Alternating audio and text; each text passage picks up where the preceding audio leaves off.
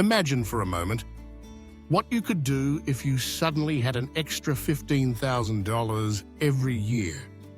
Would you travel more, pay off debt, invest in your future, or finally breathe easier knowing your emergency fund is full? What if I told you that this number isn't just a distant dream, but something you can reach by making a few intentional choices about what you spend your money on? Today, let's explore 10 things I stopped buying to save $15,000 a year, and how you can start making similar choices to transform your financial life. Let's start with the first culprit: daily coffee shop runs. That $5 latte may seem innocent, but it adds up fast. If you buy one 5 days a week, that's $25 a week, over $100 a month, and more than $200 a year. Once I realized this, I invested in a simple coffee maker, bought beans in bulk, and started brewing at home. Not only did I save money, but making coffee became a mindful morning ritual, giving me full control over my cup and my wallet. The second thing I let go of was unused subscriptions.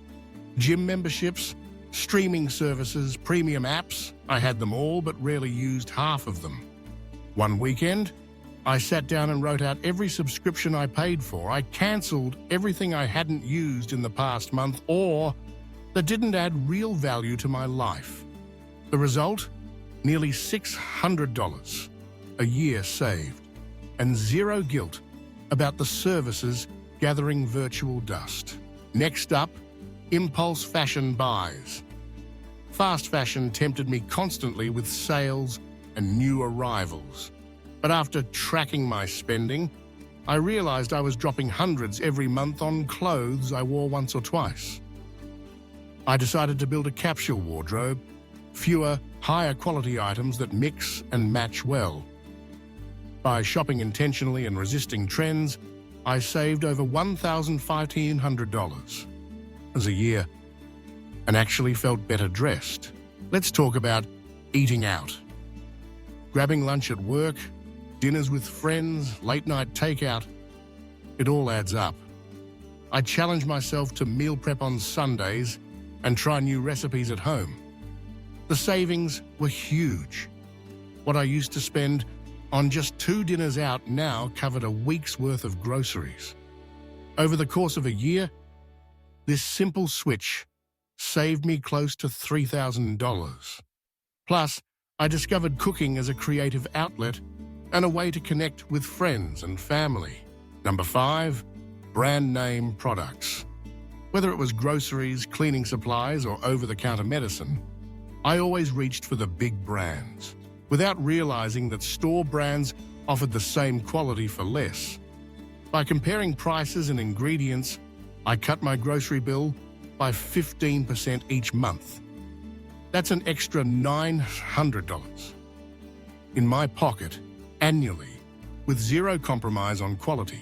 6th on the list, upgrading tech every year. I used to chase the latest phone or gadget, convinced that the newest model would change my life. The truth is, last year's model works just as well for most of us. By keeping my devices until they genuinely needed replacing and resisting the upgrade cycle, I saved over $1,000 a year and reduced e-waste. Let's talk about beauty and personal care. I loved trying new products, but my bathroom cabinet was overflowing. I decided to simplify my routine, choosing multi-use products and finishing what I had before buying more. I also started doing DIY treatments at home, from haircuts to facials. Not only did this cut my spending by $800 a year, but it also helped me appreciate what I already had. Car expenses are another sneaky drain. I used to drive everywhere, even short distances, and paid for parking without thinking twice. I started biking or walking for errands within a couple of miles and carpooling when possible. By reducing gas, parking, and maintenance costs, I saved about $200 a year and got the added benefit of better health. 8th, buying books and magazines new. As a lifelong reader, this was tough, but I discovered the local library and second-hand bookstores where I found bestsellers and hidden gems for free or just a few dollars. Swapping with friends or using ebooks also helped. This small change freed up $400 a year and introduced me to a community of fellow book lovers. Number 9, gifts and greeting cards bought last minute. I used to panic shop for birthdays and holidays, overspending on excessive impersonal items. Now I plan ahead, set a budget, and focus on meaningful gestures, homemade treats, handwritten notes, or experiences together. Not only did this cut my gift budget in half, but my friends and family appreciated the thoughtfulness even more. Finally, I stopped buying convenience.